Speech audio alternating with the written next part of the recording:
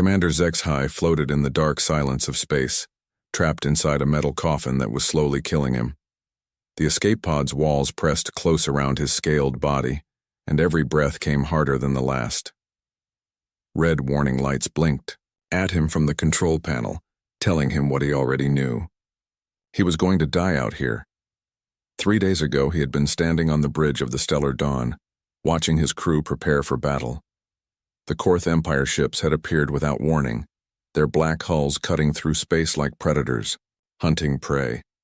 The battle had been fierce but short. The Korth had better weapons, better shields, and no mercy. One by one, the Confederation ships had exploded into clouds of metal and fire. HFY remembered the moment when his own ship's hull cracked open like an egg. The emergency alarm screamed as atmosphere rushed out into the void. His crew had run to the escape pods following the training they had practiced 1,000 times. He had been the last to leave, making sure everyone else got out first. That was what commanders did. They saved their people, even when it meant they might not save themselves. Now, he was alone. The other pods had stopped sending signals hours ago. Their power had run out, or their life support had failed, or maybe the people inside had just given up. HFY did not blame them. The Velthari were warriors, but even warriors knew when a fight was lost. His own pod was not much better. The life support system wheezed and clicked as it tried to keep him alive. The oxygen gauge showed 12% and falling. The heat had stopped working and cold was creeping into his bones. His stomach ached from hunger, but the food supplies had been damaged in the escape. Everything tasted like metal and despair. The worst part was the silence. Space was supposed to be quiet, but HFY had never noticed before.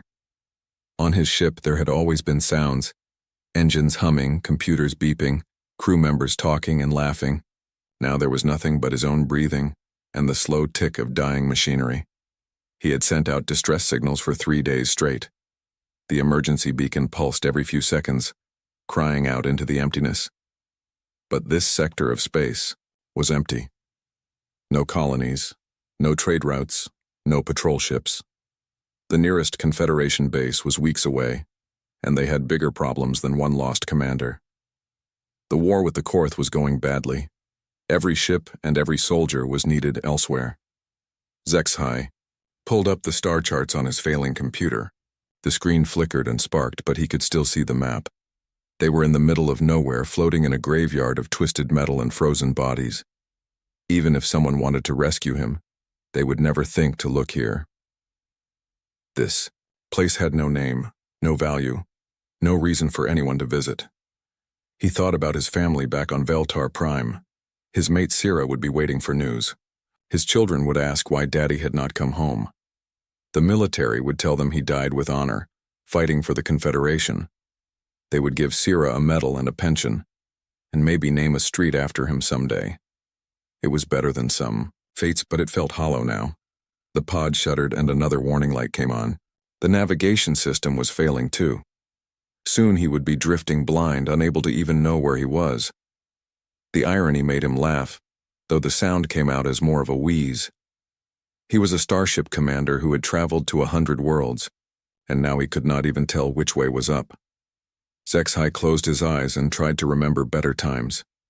The academy, where he had learned to be a soldier. His first command, a small patrol ship that had seemed like the most important vessel in the fleet. The day he met Sira, and the way she had smiled when he told her about the stars. The birth of his children and how they had looked at him like he could protect them from anything. Maybe he had protected them in a way. The Stellar Dawn had died, but they had hurt the Korth ships too. Every enemy vessel they destroyed was one less threat to the worlds behind them. His crew had fought well, and their sacrifice had meant something. It was not victory, but it was honor. The oxygen alarm started beeping faster. 9% now, maybe 2 hours left, if he was lucky. HFY reached for the communications panel and began recording his final message. His voice was weak but steady. This is Commander HFY of the Confederation Navy. If anyone finds this recording, know that we fought well. The crew of the Stellar Dawn died as warriors, defending our people from the Korth invasion. Tell our families that we faced the void, without fear, and our spirits will watch over them from the eternal stars." He paused, trying to think of something else to say, something wise or inspiring, the kind of words that commanders were supposed to leave behind. But his mind felt foggy, and breathing was getting harder. In the end, he just said what was in his heart. "I wish I could have seen home one more time." HFY closed the recording and leaned back in his seat. The pod felt even smaller now, like a tomb closing around him. He had done everything he could. Now all that was left was to wait for the end with dignity. That was when the proximity sensor started beeping. At first he thought it was another malfunction. The pod systems had been failing all day, but the beeping was steady and strong, and the sensor screen showed something impossible. A ship was approaching, moving fast through the debris field. It was not a Korth vessel or a Confederation rescue ship. The computer could not identify it at all. HFY stared at the screen, hardly daring to believe what he was seeing. After 3 days of silence and death, something was coming toward him through the dark. He did not know what it was, or if it would help him. But for the first time since the battle, he felt something other than despair. He felt hope. Jake Morrison was drinking coffee and reading salvage reports when the proximity alarm went off. The bridge of the Lucky Strike was small and cramped, filled with jury-rigged equipment and the smell of recycled air. Jake liked it that way. Big. Ships meant big crews, and big crews meant politics. He preferred to keep things simple.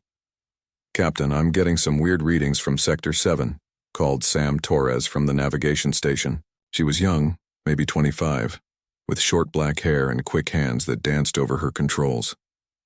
Looks like there was a battle here recently. Lots of debris and some of it still warm." Jake set down his coffee mug and walked over to look at Sam's screen. The display showed a cloud of twisted metal spreading across several thousand kilometers. Ship parts, weapons fragments, and what looked like the remains of at least 6 vessels floated in the dark. It was a scavenger's dream, the kind of find that could pay for fuel and food for months. "Any idea who was fighting?" Jake asked. "Negative, sir. The computer doesn't recognize the ship designs, but I'm picking up some energy signatures that look like escape pods." Sam's voice got more excited. "And a few of them still have life signs." Jake rubbed his jaw. Most species had rescue protocols. If there were survivors floating out here, their own people should have come for them by now. Either they were too far from help, or nobody cared enough to look. Both possibilities made him uncomfortable. "How long since the battle?" he asked. "Based on the debris spread and heat signatures, maybe 3 days. Whatever happened here, it was nasty." Lisa Hayes looked up from her engineering station. She was older than Sam, with graying brown hair and oil stains on her jumpsuit. She had been working on the salvage arm motors all morning, and her hands were black with grease. "If there are survivors, they won't last much longer," Lisa said. 3 days in an escape pod means their life support is nearly gone. We need to move fast if we're going to help them." Bobby Clark spoke up from the medical station. He was the ship's doctor, a thin man with gentle eyes and steady hands. His medical bay was tiny, barely big enough for one patient, but he had saved more lives than Jake could count. "I can treat most humanoid species with what we have," Bobby said. "But if there's something exotic, I might need to get creative." "Do we know what we're dealing with?" Sam shook her head. "The pod designs are completely unknown, could be anyone." Jake stared at the screen, thinking. The Lucky Strike was a salvage ship, not a rescue vessel. They had limited supplies, limited space, and limited time. If they stopped to help these survivors, they would use up resources they might need later. It was not good business. On the other hand, Jake had been in bad spots before. He knew what it felt like to be alone and desperate, waiting for help that might never come. His crew knew it too. They were all outcasts in their own way, people who had found each other when nobody else wanted them. "Sam, set course for the nearest pod with life signs. Lisa, get the salvage bay ready to receive survivors. Bobby, prep the medical bay for unknown species treatment." Jake sat back down in his captain's chair. "We're going to do the decent thing." Aye, Captain," Sam said, already plotting their course. The Lucky Strike turned toward the debris field, her engines humming with quiet power. They reached the first pod 20 minutes later. It was a strange design, angular and covered with what looked like scales. The metal was pitted and scarred, and several systems were sparking and failing. Through the small viewport, Jake could see a figure inside. "Life signs are weak but stable," Bobby reported. "Looks like some kind of reptilian species, big guy, maybe 7 feet tall." "Can we dock with it?" Jake asked. Lisa ran her scanner over the pod. "The docking collar is a non-standard design, but I can rig something. Give me 10 minutes. While Lisa worked, Jake studied the figure in the pod. The alien wore what looked like a military uniform, dark blue with silver markings. Even unconscious, he looked dignified somehow, like a soldier who had seen too much war but never given up fighting. "Got it," Lisa announced. "Docking collar is attached and sealed. Atmosphere is compatible, mostly nitrogen-oxygen. We can bring him aboard." Jake and Bobby put on their emergency suits and cycled through the airlock. The inside of the pod was cramped and filled with acrid smoke. Warning lights flashed red, and the life support system made grinding noises that did not sound healthy. The alien was unconscious, but breathing. His skin was covered in fine scales that shifted from green to brown, and he had a pronounced ridge running down the center of his skull. He was bigger than a human with broad shoulders and long limbs, but he looked fragile somehow, like he had been stretched too thin. "Help me get him out of here," Bobby said, checking the alien's pulse with a handheld scanner. "His vitals are all over the place, but he's alive." They carefully lifted the alien out of his pod and carried him to the Lucky Strike's medical bay. Bobby immediately went to work, connecting monitors and setting up an IV drip.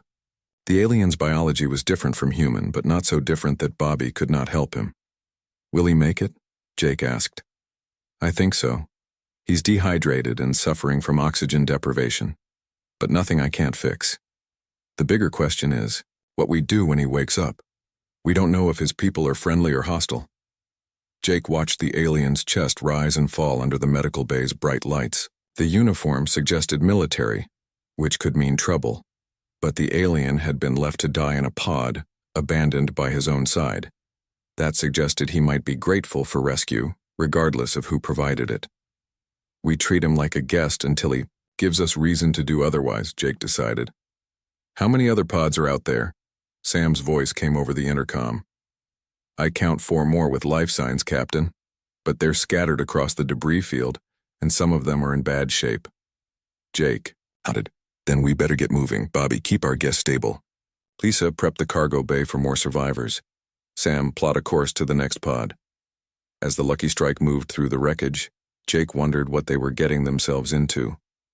Rescuing unknown aliens from a mysterious battle was not exactly standard salvage procedure. But something about the dignity of that sleeping figure made him feel like they were doing the right thing. Besides, everyone deserved a chance to go home.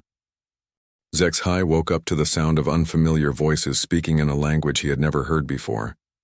His head felt heavy, and his mouth tasted like metal. But he was breathing clean air for the first time in days. The surface beneath him was soft, much softer than the hard seat of his escape pod. He opened his eyes slowly, expecting to see the cramped interior of his pod, or maybe the sterile white walls of a Confederation medical bay. Instead, he found himself in a small room with curved walls and dim lighting. Medical equipment hummed quietly around him, but the designs were completely unknown. This was not a Velthari ship, and it certainly was not Korth. A human face appeared above him, pale and concerned. The creature had brown hair streaked with gray and wore a simple blue uniform. HFY had never seen anything like it before. The being was smaller than most spacefaring species, with soft features and no visible weapons or armor. It looked almost fragile. "Easy there, big guy," the human said in accented but understandable galactic standard. "You're safe now. My name is Bobby Clark, and I'm a doctor. You've been unconscious for about 6 hours." HFY tried to sit up, but his body felt weak and unsteady. Bobby gently pressed him back down with surprisingly strong hands. "Where am I?" HFY asked, his voice coming out as a rough whisper. "You're aboard the Lucky Strike, a salvage vessel. We found you floating in an escape pod and brought you aboard." Your life support was about to fail completely. Zexai's mind raced. A salvage ship meant civilians, not military. But what species were these beings? Their ship was unknown, their language unfamiliar, and their appearance unlike anything in the Confederation databases. "What species are you?" he asked. Bobby smiled, showing small white teeth. "We're humans, and you are?" "Commander Zexai of the Velthari Confederation Navy." The words came out automatically, along with the formal surrender protocol he had been trained to use. "I yield myself as prisoner of war and request treatment according to the galactic conventions." Bobby looked confused. "Prisoner?" Nobody said anything about prisoners. "You're a guest here, Commander. We just pulled you out of a bad situation." Before Zexai could respond, another human entered the medical bay. This one was taller with short blonde hair and captain's stripes on his uniform. He carried a steaming cup in his hands and moved with the easy confidence of someone used to command. "Glad to see you're awake," the human said. "I'm Jake Morrison, captain of this vessel. How are you feeling?" Zexai studied the human captain carefully. Jake looked young for a commander, maybe 40 standard years, with laugh lines around his eyes and a relaxed posture. Nothing about him suggested the rigid discipline Zexai expected from military officers. "I am functional," Zexai replied cautiously. "Captain Morrison, I must ask what you intend to do with me and my surviving crew members." Jake raised an eyebrow. "Do with you? We plan to patch you up, feed you a decent meal, and help you contact your people. What did you think we were going to do?" The casual attitude puzzled Zexai. In his experience, unknown ships meant either allies or enemies. There was no middle ground in wartime, yet these humans seemed to treat his rescue as a simple matter of basic decency. "Are humans allied with the Confederation?" Zexai asked. "Never. Heard of them," Jake admitted. "We're pretty new to this whole galactic community thing. Most species haven't heard of us either." "Then why did you rescue me?" Jake shrugged. "Because you needed help. Nobody deserves to die alone in the black, especially not when we could do something about it." The simple answer stunned Zexai. In Confederation space, rescue operations were calculated based on strategic value, available resources, and military necessity. Personal feelings rarely entered the equation. The idea of risking lives and resources for complete strangers was almost incomprehensible. "What do you want in return?" Zexai asked. "Nothing," Jake said, then paused. "Well, maybe you could tell us what happened out there. We found the remains of a pretty big battle, and it might help us avoid whoever did that to your ships." Before Zexai could answer, alarms started blaring throughout the ship. Jake's relaxed expression instantly became alert and focused. He touched a communication device on his collar. "Sam, report." A female voice crackled through the comm. "Captain, we've got company. Long-range sensors show multiple ships approaching fast. The computer identifies them as the same type that fought the battle here." Zexai felt his blood turn cold. "Korth," he whispered. "What?" Jake asked. "The Korth Empire. They were the ones who destroyed my fleet. If they are returning, it means they detected your ship." Zexai struggled to sit up despite Bobby's protests. "Captain Morrison, you must leave immediately. The Korth do not take prisoners, and they consider mercy a weakness. They will destroy your ship and everyone aboard." Jake's expression hardened. "How many ships are we talking about?" "I count 12 vessels," Sam's voice reported. "All military configuration, and they're moving to surround us." Zexai watched Jake's face, expecting to see panic or fear. Instead, the human captain looked thoughtful, like he was working through a difficult problem. It was not the reaction Zexai had expected. "Options?" Jake asked over the comm. "We could run," came another voice, probably the engineer. "But they're faster than us, and they've got us boxed in pretty tight." "We could try hiding in the debris field," Sam suggested. "Lots of interference from all the wreckage." Jake nodded slowly. "Good thinking. Lisa, can you rig some charges from the mining equipment? If we're going to play hide and seek, we might need some distractions." "Already on it, Captain."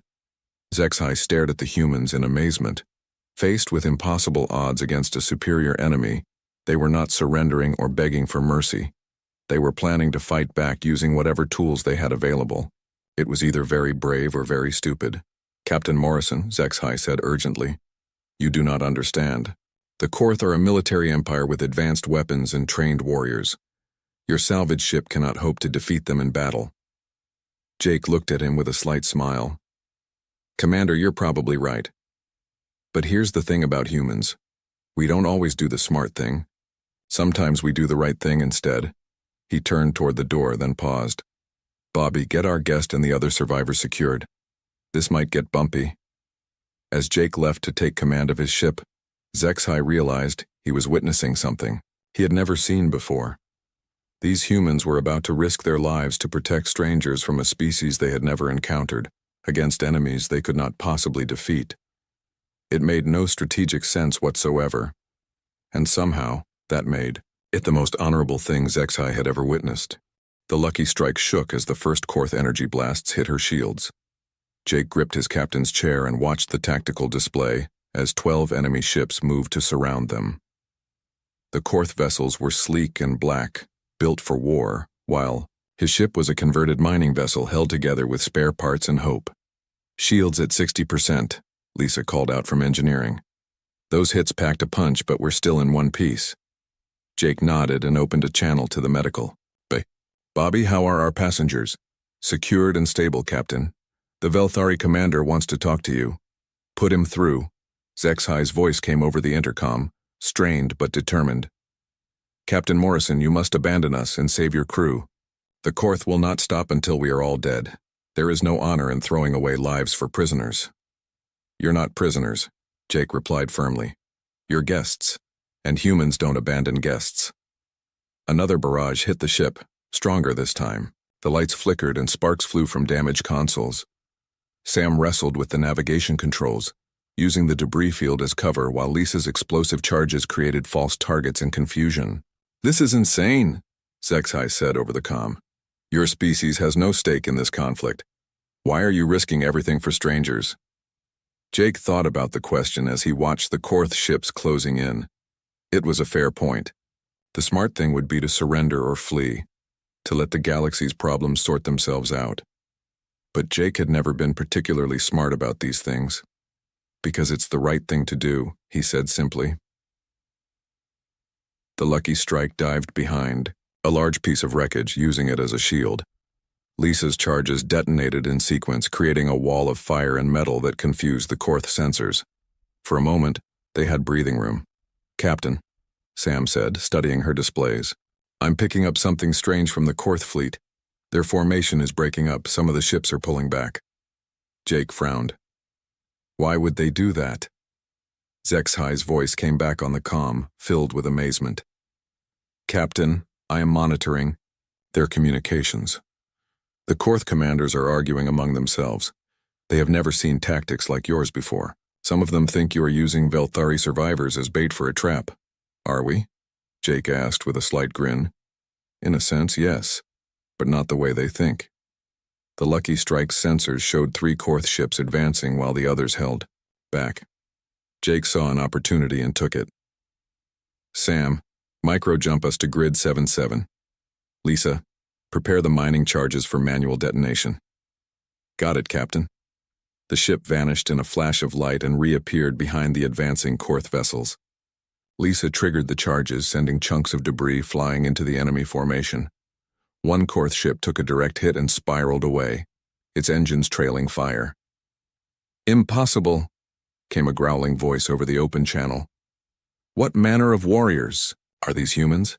Jake keyed his communicator to broadcast on all frequencies. "This is Captain Jake Morrison of the human vessel Lucky Strike. We're not warriors. We're salvage operators who happened to find some people who needed help." There was silence for a long moment. Then the same Korth voice replied, "You fight to defend aliens that are not your species. This is not logical." "Maybe not," Jake admitted, "but it's what we do."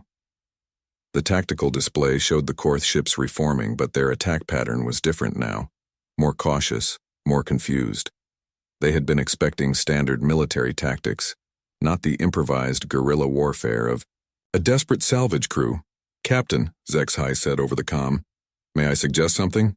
I'm listening." The Korth respect strength and courage above all else. They have never encountered a species that fights to protect others without personal gain. This confuses them. Perhaps we can use that confusion. Jake raised an eyebrow. "What did you have in mind?" "Challenge them to single combat. It is an ancient Korth tradition, one they have not seen honored in many years. If you can defeat their champion, they will be bound by honor to withdraw. And if I lose, then we all die. But we die with honor, which is more than the Korth usually allow." Jake considered the proposal.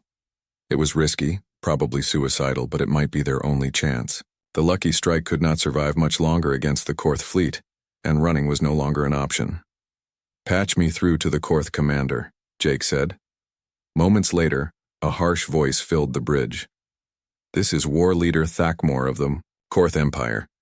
Surrender now and your deaths will be swift." "This is Captain Morrison. I challenge you to single combat. Champion against champion. Winner takes all. Do the Korth still have honor, or have you forgotten your own traditions?" The silence that followed seemed to last forever. Jake could hear his crew holding their breath, waiting for the response that would determine their fate. Finally, Thakmor spoke again, his voice filled with something that might have been respect. "It has been many cycles since anyone dared invoke the old ways. Very well, human, choose your champion and meet us on the asteroid designated as neutral ground. If your champion falls, all survivors become our prisoners. If ours falls, or if yours falls, you withdraw and leave us in peace." Jake finished. "Agreed. You have 1 hour to prepare." The channel closed, leaving the bridge in tense silence. Sam looked at Jake with worried eyes. "Captain, who's going to be our champion?" Jake stood up and checked his sidearm. "I am." "Sir, that's suicide," Lisa protested. "The Korth are bigger, stronger, and they've been bred for warfare." "Maybe," Jake said. "But I've got something they don't expect." "What's that?" Bobby asked over the comm. Jake smiled grimly as he headed for the armory. "I'm too stubborn to quit." As the Lucky Strike moved toward the asteroid, Zexhai found himself filled with emotions he had never experienced before. These humans were about to risk everything for people they barely knew, people from a species they had never heard of until today. In all his years of military service, Zexhai had never seen courage like this. Not the calculated bravery of soldiers following orders, but the pure, simple courage of people who refuse to abandon others in need. Whatever happened in the next hour, Zexhai knew he would never forget the day he learned what it meant to be human. The asteroid was cold and airless, a chunk of rock floating in the darkness between the two fleets. Jake stood on its surface in his environmental suit, watching the Korth champion emerge from his landing craft. The alien was massive, nearly 8 feet tall and covered in thick armor that gleamed like black metal. Cybernetic implants glowed red along his arms and spine, and his movements spoke of deadly training. Jake checked his own equipment one last time. Standard human combat gear, a plasma rifle, and a gravity belt to help him move in the asteroid's weak pull. He looked small and fragile compared to his opponent, but he had faced worse odds before. "I am Krextar, champion of the Korth Empire," the alien announced, his voice booming across the comm channel. "I have killed warriors from 17 different species.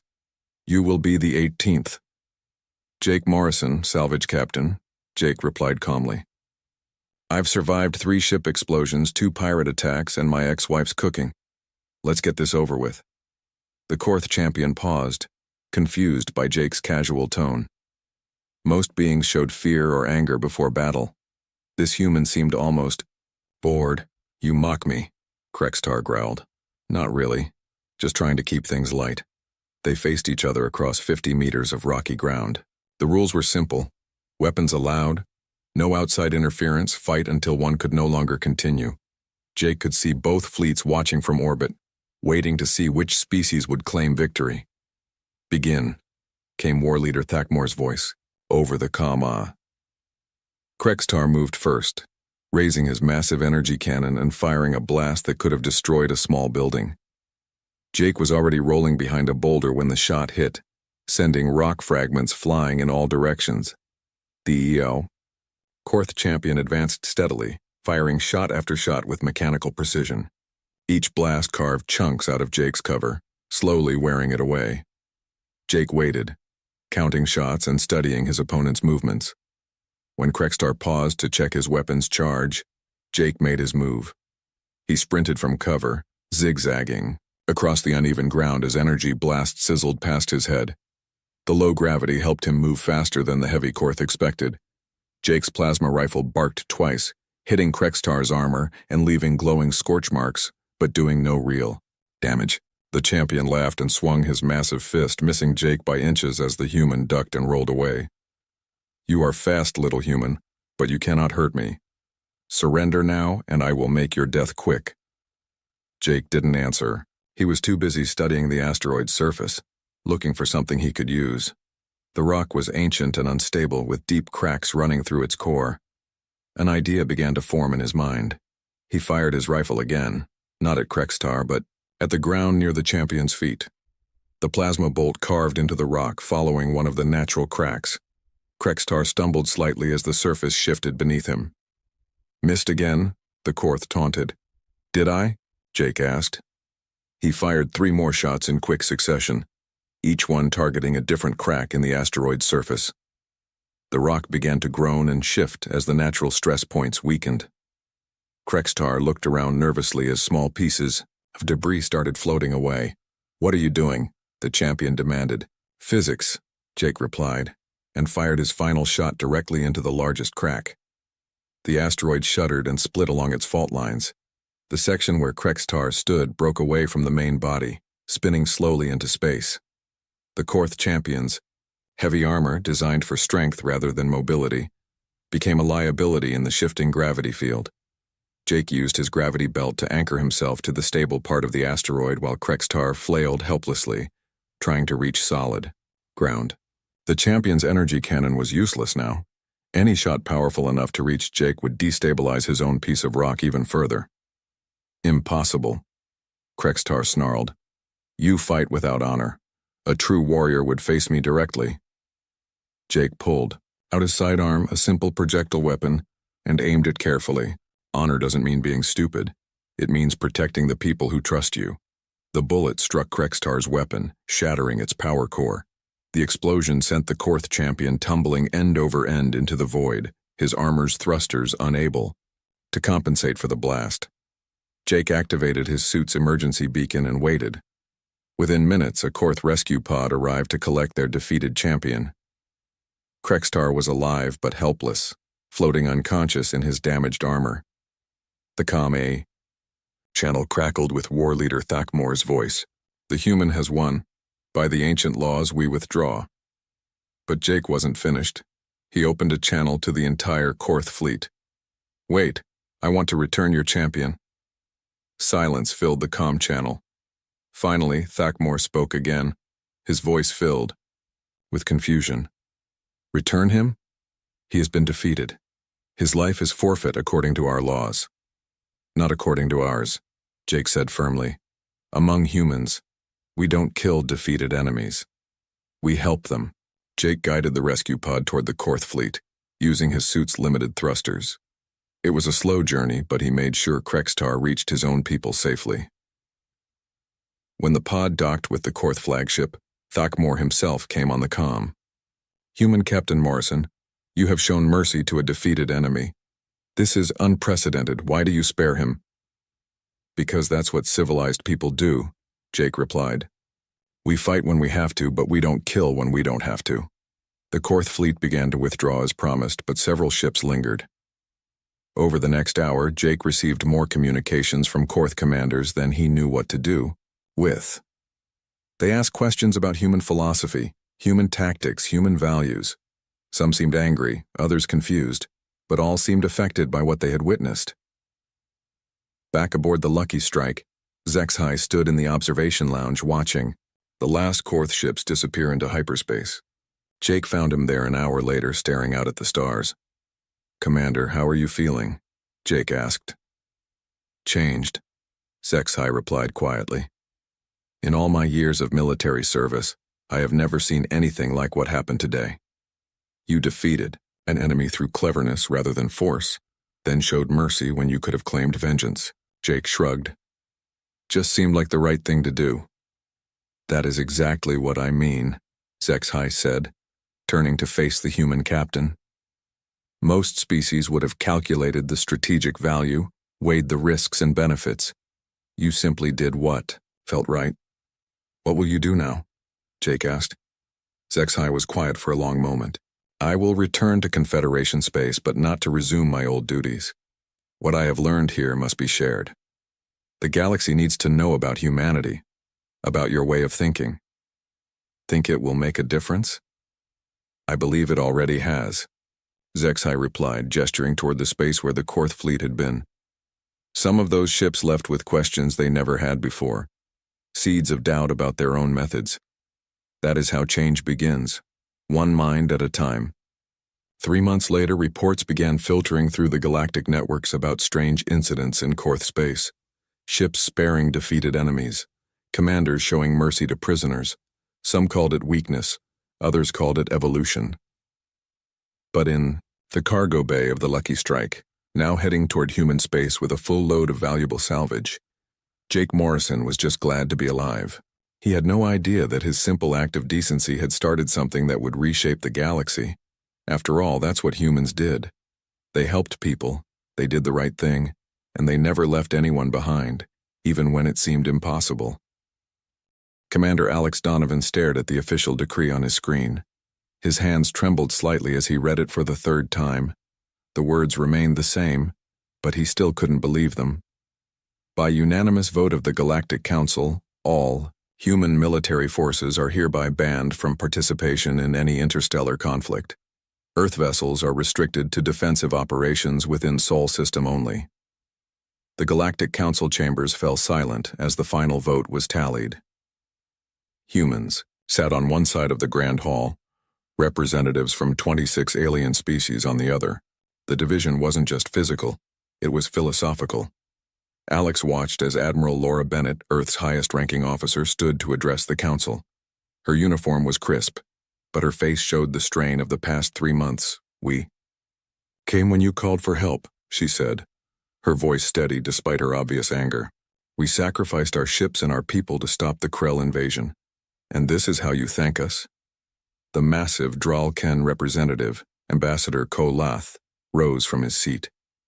His 4 arms were held in a formal posture of respect, but his voice carried a hint of fear. The vote is not about gratitude, Admiral, it is about methods. In the Battle of Proxima Centauri, your forces deliberately vented reactor plasma to create a trap for pursuing Krell ships. A trap that worked, Laura countered. A trap that killed every living being in that system's outer belt mining colonies, Kolath said. Your captain didn't even check if evacuation was complete. Alex remembered that battle. Captain Frank Martinez had made a hard call, sacrificed 2,000 to save 2 billion. No human commander questioned the math. But the aliens did. Ambassador Zilthar of the Ashari Conclave stood next. The slender, blue-skinned diplomat's voice was gentle but firm. Humans don't calculate odds, Zilthar said. You just decide to win, no matter the cost. Your species treats war differently than the rest of us. You don't see it as a political tool or a last resort. You see it as a problem to be solved by any means necessary. Alex couldn't argue with that.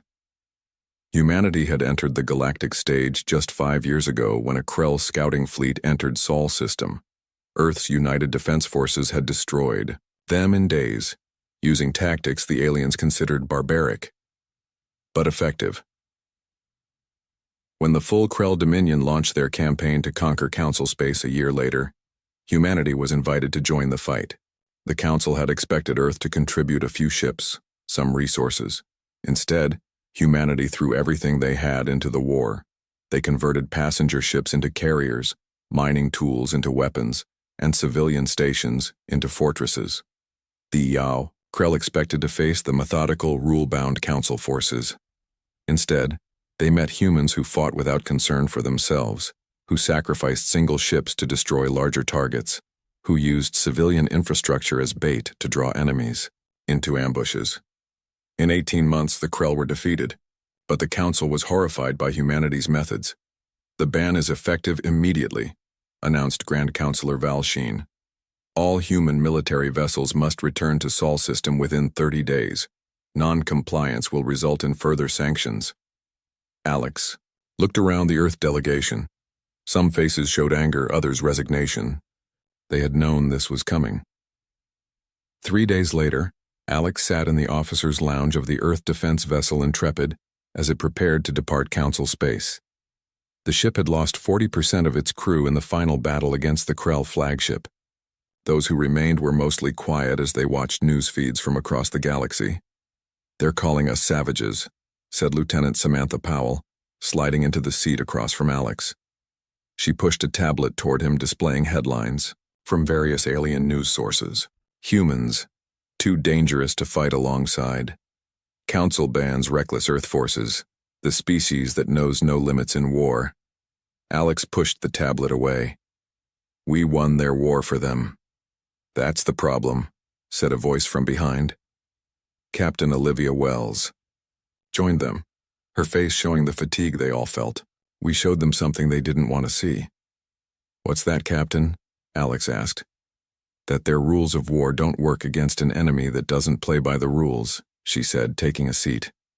"The Krell would have wiped them out if they kept fighting with their neat battle formations and their careful proportional responses." Samantha nodded. "So they're scared of us because we fight dirty?" "They're scared of us because we don't see it as fighting dirty," Olivia corrected. "We see it as surviving." Alex thought about the Battle of Proxima Centauri again, about Captain Martinez making the call to sacrifice those miners, about how every human officer understood the decision, while every alien ally was horrified. Not by the deaths. The galaxy was no stranger to casualties, but by the casual way humans accepted them as necessary. "What happens now?" he asked.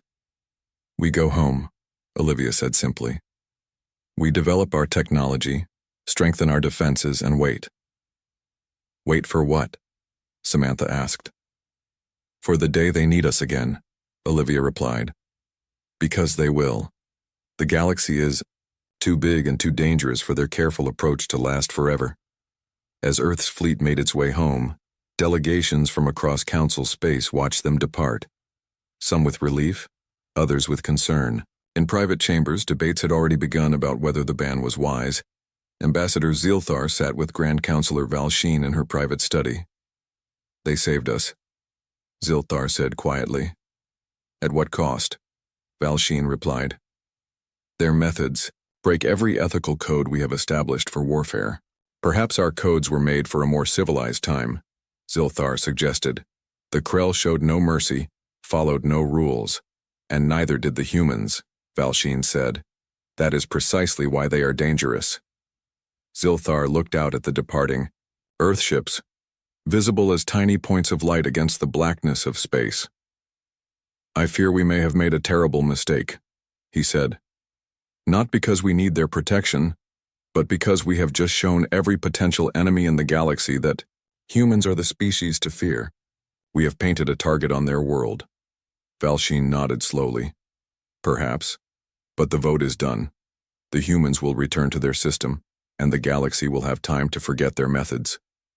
But as Commander Alex Donovan's ship jumped to faster than light speed heading back to Earth, he knew the galaxy wouldn't forget, and neither would humanity. "We'll be back," he whispered to himself. "And next time, they'll understand why we fight the way we do." The fleet returned to a hero's welcome on Earth. News of the ban spread quickly, but instead of outrage, Alex was surprised to find most humans simply shrugged it off. "Let them handle their own wars then," was the common response. "We'll take care of our own."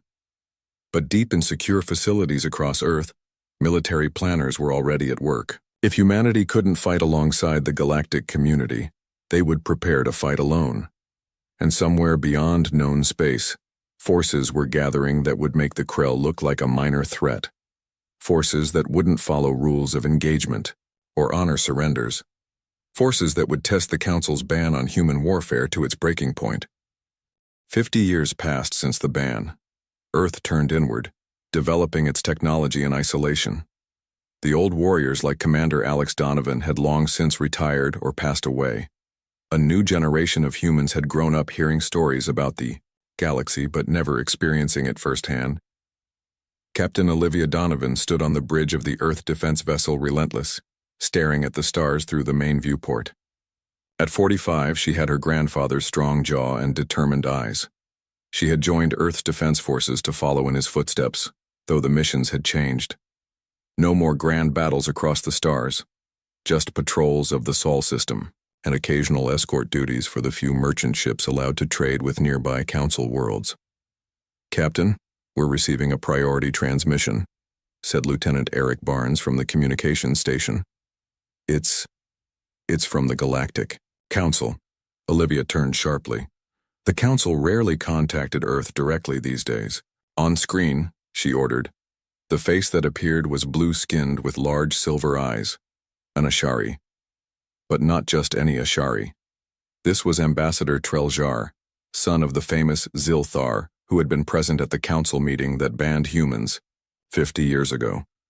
"Captain Donovan," Treljar said, his voice carrying the musical quality typical of his species, "I am contacting you on a matter of extreme urgency. The Council requests Earth's immediate assistance." Olivia kept her face neutral. "Ambassador, Earth has honored the ban for 50 years. What assistance could you possibly need that doesn't violate your own rules?" Treljar's silver eyes darkened slightly, a sign of distress in Ashari. 3 months ago, a new species entered Council space from the Cygnus arm. We call them the Void Swarm. They do not communicate. They do not negotiate. They simply consume. Behind her, Olivia heard her crew shifting uneasily. They had all trained for war their entire careers, but none had seen actual combat. "How many worlds?" she asked quietly. 17 completely lost. 12 more under attack. The Council's peacekeeping forces have been systematically overwhelmed. The Void Swarm adapts to our tactics faster than we can develop new ones. Olivia walked closer to the screen. "And now you want the savages to help you?" Treljar showed no offense at her bluntness. "The Council has voted. We are not asking for your military. The ban remains.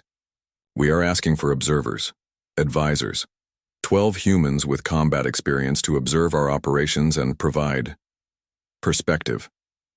"Perspective," Olivia repeated flatly. "You want our ideas, but not our ships or soldiers." "Those are the terms the Council approved," Treljar replied. "I pushed for more, but fear and pride are powerful forces, Captain." Olivia thought for a moment.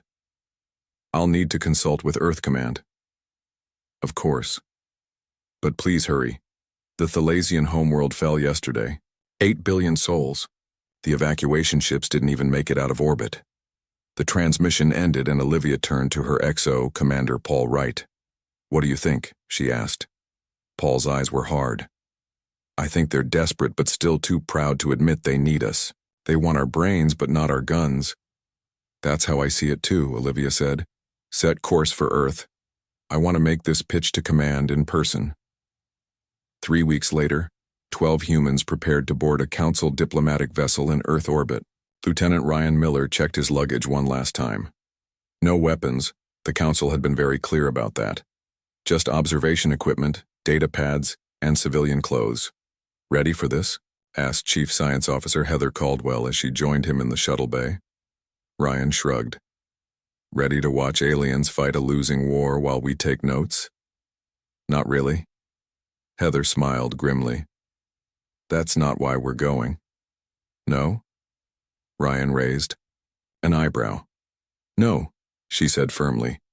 "We're going because Captain Donovan believes the Council will eventually have no choice but to ask for real help. And when they do, we need to already be out there with intelligence on the enemy." The Council ship that collected them was sleek and beautiful, with none of the practical armor or weapon mounts that characterized Earth vessels. The Ashari captain, Krelvos, treated them with polite distance. "You will be divided among our flagship vessels," he explained as they entered faster-than-light travel. 2 humans per battle group. You will observe, report your findings to council commanders but not interfere in operations. Ryan and Heather were assigned to the Thalasian flagship Dawn Eternal, the largest vessel in the council's fleet. Its commander, Admiral Kylezin, met them in the ship's grand receiving hall. Like all Thalasians, he was tall and thin with iridescent skin that shifted colors slightly with his moods. Currently, it had a grayish tinge that Ryan guessed meant stress or fatigue. Welcome aboard, Kylezin said without warmth. Your quarters are on Deck 7. You will have access to the observation deck during battles, but not the command center. That will make it difficult for us to provide useful insights, Heather pointed out. Those are my orders, Kylezin replied. The council wants your observations, not your direct involvement in tactical decisions. 3 days later, Ryan stood on the observation deck as the Dawn Eternal and its battle group engaged a portion of the Void Swarm near the Procyon system. The swarm ships were bizarre, part organic, part mechanical, shaped like elongated insects with multiple segments. Ryan watched as the council fleet executed a perfect pincer movement, surrounding a group of smaller swarm vessels. For a moment, it seemed like the tactic might work. Then, with startling speed, the swarm ships changed formation, linking together to form a larger structure that fired massive energy beams through the council formation. 3 council ships were destroyed. In seconds, the rest broke formation and retreated. They're fighting with perfect military doctrine, Ryan noted to Heather as they reviewed the battle footage later in their quarters. That's the problem, she replied. The swarm adapts to patterns. They need chaos. Ryan nodded. They need us. They submitted their observation report suggesting more unpredictable tactics, but Admiral Kylezin dismissed their input. Council battle doctrine has been refined over thousands of years, he told them stiffly. Over the next 2 months, Ryan and Heather watched as battle after battle ended in retreat. The Void Swarm pushed deeper into Council space, consuming resources and leaving lifeless husks of planets behind. After the fall of Arcturus, a major Council stronghold, Admiral Kylezin finally came to their quarters personally. His skin had turned almost completely gray. Tell me what you would do, he demanded. Ryan's response was simple. Something they won't expect. Heather had been analyzing the swarm's movement patterns for weeks. They adapt to predictability, she explained. But they might have a weakness. They seem to have trouble processing multiple simultaneous threats that don't follow logical patterns. Kylezin looked skeptical. You're suggesting we abandon battle formation? Fight without coordination? I'm suggesting controlled chaos, Heather said. Let each ship captain make independent decisions within an overall strategic framework. That's not how we fight, Kylezin said, but his tone had lost some of its certainty. As the fleet regrouped and prepared for yet another defensive stand, news came that the Thalasian colony of New Hope was next in the swarm's path. A planet with 80 million civilians and evacuation capabilities for barely 1/10 of that number. That night, Ryan and Heather made their decision. The council wasn't ready to listen, but Earth needed to know what they were facing. While the ship's crew slept, they slipped away to the communications center and sent a coded message back to Earth with everything they had learned about the swarm. Then they returned to their quarters to wait. The battle for New Hope was about to begin, and with it, a new chapter in humanity's relationship with the galaxy. The Thalasian flagship Dawn Eternal moved into position above New Hope Colony. From the observation deck, Ryan and Heather watched as the rest of the Council fleet formed a defensive barrier around the planet. Their perfect formation looked impressive, but predictable. Exactly what had failed against the Void Swarm in every previous battle. They're going to lose again, Ryan said quietly. 80 million people down there, and they're using the same tactics that failed at Arcturus. Heather nodded. Her eyes focused on the datapad in her hands. For weeks she had been gathering information on the swarm's behavior patterns, looking for any weakness. Now she showed Ryan what she'd found. Look at this. When the swarm ships connect to form larger structures, there's a 3-second energy surge here and here. She pointed to specific points on the diagram. They're vulnerable during that moment. Have you shown this to Admiral Kylezin? Ryan asked. Twice. He says it's too risky to attack during the transformation. Council doctrine says to retreat when the swarm begins to combine ships. Ryan frowned. That's exactly why they keep losing. They do what the swarm expects. A soft chime from their communication device interrupted them. It was a secure message from Earth. Captain Olivia Donovan's face appeared on the small screen. Lieutenant Miller, Officer Caldwell, we received your data packet. Earth Command has made a decision based on your intelligence. Her expression was grim but determined. The Earth Defense Fleet is mobilizing. 50 ships will arrive at New Hope in approximately 12 hours. You need to prepare the Council fleet. Ryan and Heather exchanged shocked looks. Captain, Ryan replied, the Council hasn't approved military intervention. If Earth sends ships, it violates the ban. Earth Command is aware, Olivia said simply. The decision has been made. 80 million lives are at stake. Prepare the Council commanders as best you can. The transmission ended. Ryan ran a hand through his hair. Well, this changes everything. We need to tell Admiral Kyle Zinn, Heather said. He needs to know Earth ships are coming. When they requested an urgent meeting with the Admiral, they were surprised to be granted immediate access to the command center, something previously forbidden to them. The atmosphere on the bridge was tense. Tactical displays showed the void, swarm approaching, larger than any force they had yet encountered. Admiral Kyle Zinn's skin had paled to an almost white color. You wanted to see me, humans? Ryan stepped forward. Admiral, we've received word from Earth. Our defense fleet is on the way to assist in the defense of New Hope. The command center fell silent. Kyle Zinn's eyes widened. That violates the Council ban? Yes, it does, Heather said calmly. 50 ships will be here in approximately 12 hours. They're coming to help whether the Council approves or not. One of the Thalasian officers spoke up. Admiral, the evacuation ships can only take 7 million people. We need at least 3 days to get them off planet. Kyle Zinn looked at the tactical display again, then back at the humans. What are you suggesting we do? Ryan took a deep breath. Fight differently, right now, before Earth arrives. Give the evacuation ships time. How? Kyle Zinn asked, his voice softer than they had ever heard it. Heather activated her datapad and projected her findings onto the main display. The swarm has a weakness during transformation, a 3-second window where they're vulnerable. But, to exploit it, ships would need to attack independently without central coordination. That goes against all Council battle doctrine, another officer protested. Yes, Ryan said. That's exactly the point. Do what they don't expect you to do. Admiral Kyle Zinn was quiet for a long moment. Then he turned to his communications officer. Send a message to all ships. New battle plan. Each captain has independent attack authority. Target the connection points when swarm ships begin to combine. No retreat unless individually necessary. The officer hesitated. Sir, that's against Council protocols. I am aware, Kyle Zinn said, firmly. Do it anyway. 4 hours later, the battle began. From the command center where they were now permitted to stay, Ryan and Heather watched as the Council fleet broke from their traditional formations.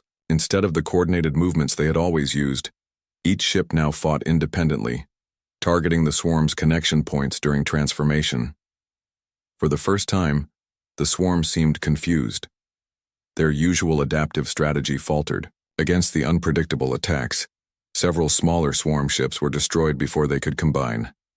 It's working, Heather whispered, but the advantage was temporary. The swarm was massive, and despite the new tactics, they began to push through the Council's defensive line. Ships were lost on both sides, but the swarm had more to spare. Admiral Kyle Zinn watched grimly as his fleet fought bravely but continued to lose ground. How much longer until your ships arrive? He asked Ryan. 8 hours, Ryan replied. Can you hold that long? No, Kyle Zinn said honestly, but we will try. Just then a new alert sounded. One of the officers looked up in surprise. Admiral, we're detecting hyperspace signatures, many ships emerging, but it's not the swarm. Earth vessels? Kyle Zinn asked. No, sir. The signatures are there, council ships, from all member species. On the main screen, hyperspace portals opened all around the battlefield. Dozens, then hundreds of ships appeared, vessels from every council species. They weren't the official council fleet. These were civilian ships, research vessels, even private yachts, all armed with hastily attached weapons. A transmission came through on all channels. The face that appeared was that of Councillor Vareth, an elderly Dralkan who had voted against human involvement 50 years ago. Admiral Kyle Zinn, this is Councillor Vareth. We received your battle data. The council remains in session, arguing about what to do. But many of us couldn't wait for an official decision. We've brought every ship we could find. Kyle Zinn looked stunned. Counselor, these aren't military vessels. No, Vareth agreed, but we watched the humans during the Krell War. We learned something from them after all. Sometimes you must break the rules to save lives. The battle shifted again. The civilian ships fought without military precision, but with a chaotic energy that confused the swarm even further. They targeted the connection points as Heather had suggested, sacrificing smaller ships to protect larger evacuation vessels. With this unexpected reinforcement, the Council forces managed to hold back the swarm. The evacuation of New Hope began in earnest, ships full of civilians breaking through the battle line to safety. Ryan and Heather worked tirelessly on the command center, coordinating between the Council ships and providing tactical suggestions based on their observations of the swarm's reactions. 7 hours into the battle, with the Council forces still holding but beginning to falter, Admiral Kyle Zinn received a new alert. Hyperspace signatures detected, 50 ships emerging. The tactical officer's voice was tense. It's the Earth fleet. The massive Earth dreadnought Defiance led the formation, flanked by warships that Council space hadn't seen in 50 years. They had clearly been improved upon, larger and more heavily armed than during the Krell War. A transmission came through from the Defiance. Captain Jack Reynolds appeared on screen, his expression determined. This is Earth Fleet Command. Stand by for assistance. His eyes met Kyle Zinn's through the transmission. We'll handle this, just stay out of our way. The human fleet moved into positions that violated every tactical doctrine in the Council's manuals, and as they engaged the swarm, the galaxy was reminded why humans had been banned from galactic wars in the first place. The Earth fleet moved with a speed and purpose that stunned even the Council's most experienced commanders. Unlike the perfect formations of Council ships, the human vessels spread out in what seemed like random patterns, constantly changing position. Admiral Kyle Zinn watched from the command center of the Dawn Eternal as the Earth ships engaged the Void Swarm. He turned to Ryan and Heather, who stood nearby studying the tactical displays. What are they doing? He asked. There's no pattern to their movements. That's the point, Ryan explained.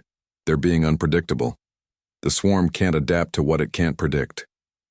On the main screen, they watched as the human dreadnought Defiance deliberately took damage to its outer hull, drawing fire from 3 swarm ships. As the swarm concentrated their attack on the Defiance, 5 smaller Earth vessels swooped in, from different angles targeting the exposed connection points Heather had identified. They're using themselves as bait, Kyle Zinn said, his skin changing to a deep blue color of amazement. Heather nodded. Captain Reynolds is drawing their attention while the other ships attack from positions the swarm doesn't expect. The tactic worked. The 5 Earth vessels destroyed the 3 swarm ships before they could combine into a larger structure. But the Defiance had taken significant damage in the process. Why would they sacrifice their flagship like that? One of the Thalasian officers asked. They're not sacrificing it, Ryan said. They're using it. Earth ships are built to take damage and keep fighting. Their hulls are reinforced specifically for this kind of tactic. Across the battlefield, similar scenes played out. Earth vessels positioned themselves in ways that seemed tactically unsound, drawing swarm attacks before revealing it was all part of a larger strategy. Some ships appeared to retreat, only to circle back and strike from unexpected angles. Others worked in small groups that formed and disbanded so quickly the swarm couldn't adapt. Captain Jack Reynolds' voice came through on a general channel. All Council vessels, this is Earth Command. We're going to open a corridor for the civilian evacuation ships. Form up behind our lead vessels and follow our path. Admiral Kylezin hesitated only briefly before responding. Understood, Captain Reynolds. Council fleet will follow your lead. The combined forces began to turn the tide of battle. The evacuation ships protected by the corridor created by Earth and Council vessels managed to escape with thousands of civilians aboard. But the swarm was still overwhelming in its numbers, and for every ship they destroyed, more seemed to appear. From their position on the Dawn Eternal, Ryan and Heather continued to analyze the swarm's behavior, sending their observations to both Council commanders and the Earth fleet. As they worked, Heather noticed something in the data. "Look at this," she said to Ryan, pointing to her screen. "The swarm seems to be drawing energy from somewhere. Their power readings are increasing, even though we're destroying their ships." Ryan studied the readings. They must have a central power source, something feeding energy to all the ships. They brought their discovery to Admiral Kylezin, who immediately contacted Captain Reynolds on the Defiance. "Captain, our human observers have detected an energy source feeding the swarm. If we can locate and destroy it, we might be able to weaken the entire force at once." Reynolds's face on the screen was smudged with soot, and sparks flew in the background as his damaged ship continued to fight. "Send me the data," he said. "We'll find it." Working together, Earth and Council ships began scanning for the energy source. It was Heather who finally pinpointed its location, a massive swarm vessel hiding behind the moon of New Hope. "That's their control ship," she announced. "It's directing the smaller vessels and providing them with power." Captain Reynolds's voice came through again. "We've identified the target, but it's heavily protected. We'll need a combined attack to break through." Admiral Kylezin looked at the tactical display. The path to the control ship was heavily guarded by swarm vessels. "It would be a suicide mission," he said quietly. "Not necessarily," Ryan countered. "We just need a diversion. Something big enough to draw most of the swarm away from the control ship." The Admiral's skin changed to a thoughtful green color. "What do you suggest?" Ryan pointed to New Hope's second moon, a small, uninhabited rock rich in minerals. "The swarm consumes resources, right? What if we give them something they can't resist?" Heather caught on immediately.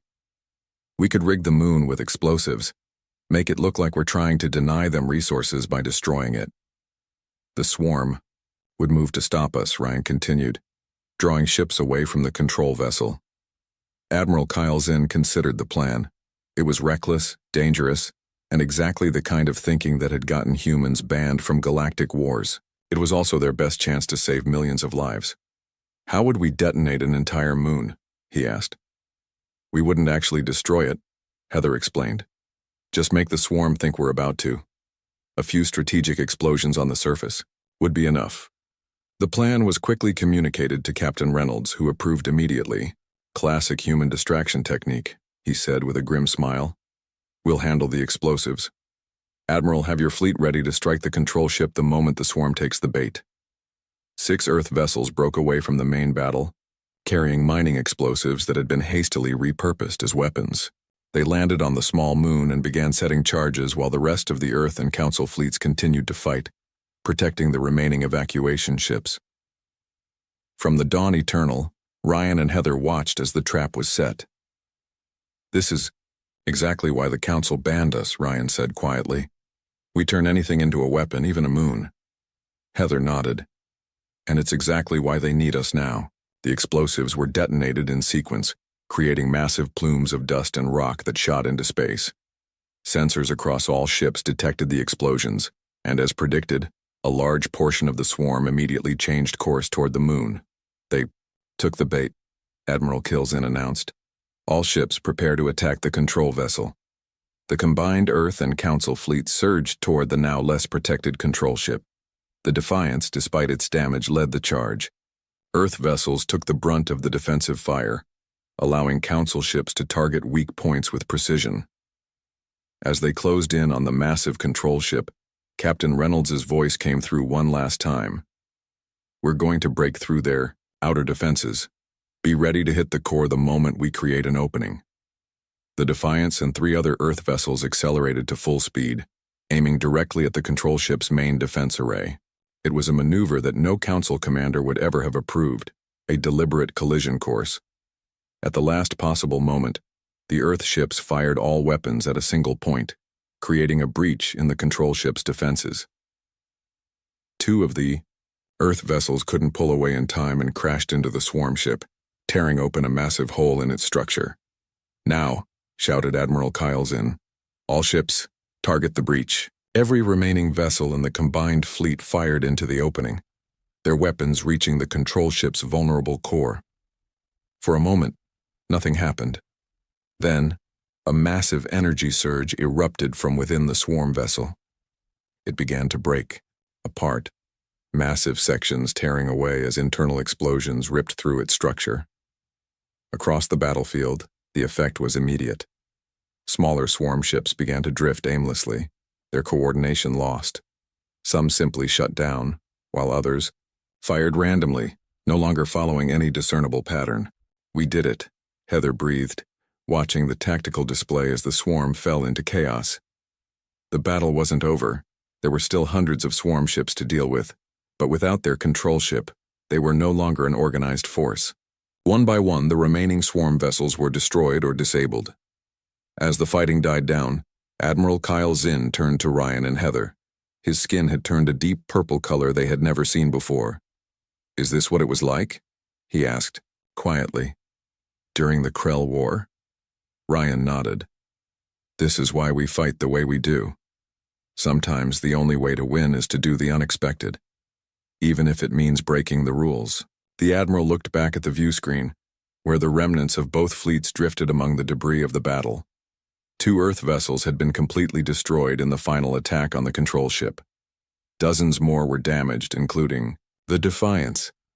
"The Council was wrong to ban you," Kylezin said finally, "but I'm beginning to understand why they did." 2 weeks after the Battle of New Hope, Captain Jack Reynolds stood before the Galactic Council. The Grand Chamber was filled to capacity with representatives from every Council species. Some faces showed gratitude, others wariness, and a few open hostility.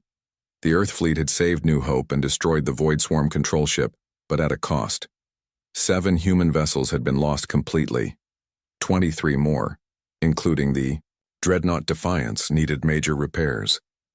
39 human crew members had died, with over 100 injured. Council forces had suffered losses too, but the human sacrifices had drawn the most attention across the galaxy. News had spread quickly about Earthships deliberately taking damage to protect evacuation vessels, about the dangerous moon diversion plan, and about the final attack, where 2 Earthships crashed into the swarm control vessel to create a breach. Grand, Councillor Valsheen, the same Ashari who had announced the ban 50 years earlier, now much older but still commanding respect, addressed Reynolds. "Captain Reynolds, Earth forces entered Council space with armed vessels, directly violating the ban established 50 years ago. The penalties for such violation are severe." Reynolds stood tall, his uniform still bearing scorch marks from the battle. Behind him sat Ryan, Heather, and several other human observers who had been instrumental in the victory. "We were aware of the consequences when we made our decision, Councillor," Reynolds replied. 80 million lives were at stake. We chose to act rather than watch them die. "And yet," Valsheen continued, "those actions saved not only the citizens of New Hope, but possibly many more worlds that would have fallen to the swarm. The Council finds itself in a difficult position." From his seat near the front of the chamber, Councillor Vareth stood. The elderly Dralkan who had led the civilian fleet at New Hope moved to the center of the floor. "If I may address the Council," he said, his forearms held in a formal gesture. "I was present 50 years ago when we voted to ban humans from our conflicts. I voted in favor of that ban. I believed their methods too extreme, too willing to accept sacrifice." He turned to face Reynolds directly. "I was wrong." Murmurs spread through the chamber. Vareth continued, "At New Hope, I saw what humans truly are. They do not fight as we do because they see war differently. We see it as a political extension, a regrettable necessity conducted with rules and protocols. They see it as survival, pure and simple." He gestured to the human delegation. When a human ship took damage to protect civilian vessels, it wasn't following a tactical doctrine. It was following a moral one. The strong protect the weak, whatever the cost. Ryan leaned toward Heather. Is he defending us? He whispered. I think he's trying to explain us, she replied quietly. Varith wasn't finished. The ban was justified, but not for the reasons we thought. We banned humans because they showed us something uncomfortable, that our civilized rules of warfare are a luxury. Against an enemy like the Krell or the Void Swarm, those rules become a liability. He faced the council again. I propose we maintain the ban, but with an amendment. Humans are prohibited from galactic warfare except in cases of existential threat to civilian populations. The chamber erupted in debate. Some council members argued that any exception would eventually be abused. Others pointed out that without the humans, New Hope would have been lost completely. Throughout the arguments, Captain Reynolds and his team sat quietly. They had done what they believed right, regardless of political consequences. Whatever the council decided, Earth would continue to defend itself and others if needed. After hours of debate, a vote was called. The amendment passed by a narrow margin. Humans would remain banned from routine conflicts but could be called upon in times of dire need. As the council session ended, Admiral Kyle Zinn approached the human delegation. His skin had a warm golden hue, a sign of respect among Thalasians. Captain Reynolds, he said, extending a hand in the human greeting style he had learned. My people owe you a debt we can never repay. Half of New Hope's population was safely evacuated because of your actions. Reynolds shook the offered hand. We did what anyone would do. No. Kyle Zinn replied firmly. That's what we finally understood. Not everyone would do what you did. Most species wouldn't. My own included. Later, as the humans prepared to return to their ships, a young Thalasian officer approached Ryan and Heather. I have a question, he said hesitantly. During the battle, the Defiance took severe damage to protect our evacuation ships. 2 of your vessels were destroyed, creating the breach in the control ship. Why were humans willing to die for species? They barely knew? Ryan looked at Heather, then back at the young officer. Because that's what humans do, he replied simply. We're at our best when things are at their worst. The officer considered this. Is that why you were banned? Because you fight too hard? No, Heather said with a gentle smile. We were banned because the galaxy couldn't bear the cost we were willing to pay for victory. But now they understand. Sometimes that cost is necessary. As the Earth fleet prepared to depart Council space, messages poured in from across the galaxy. Many were from New Hope survivors, thanking the humans for their sacrifice. Others came from military commanders who had witnessed the battle, expressing new respect for Earth tactics. On the bridge of the repaired Defiance, Captain Reynolds read through the messages with mixed emotions. The victory had been costly. Good. People had been lost, but millions had been saved, and perhaps more importantly, a new understanding had been forged. Set course for Earth, he ordered. Let's go home. What about the ban, sir? His first officer asked. We're still technically restricted from most council space. Reynolds smiled slightly. I have a feeling we'll be called back sooner than anyone expects. The galaxy's a dangerous place. Sometimes you need people willing to break the rules to save it. As the Earth fleet jumped to faster than light speed, news of their actions continued to spread. On countless worlds, people looked to the stars with new knowledge. Humans had been banned from galactic wars not because they were too dangerous to their enemies, but because they fought with a commitment few other species could understand or match. The ban remained in place, but its meaning had changed. What once had been seen as a punishment was now recognized as a somber acknowledgement. Humans were the galaxy's last resort, the ones you called when all other options had failed. In the years that followed, Earth continued to develop its technology and train its defense forces. They maintained the peace in their own system and honored the Council's ban, but they also kept their ships ready, their crews prepared, because sooner or later, the galaxy would need them again. And when that day came, Humanity would answer the call just as they always had, not with perfect formations or careful strategies, but with an unbreakable will to protect life, whatever the cost. The galaxy now understood why humans were banned from galactic wars, and strangely enough, humanity took it as a compliment.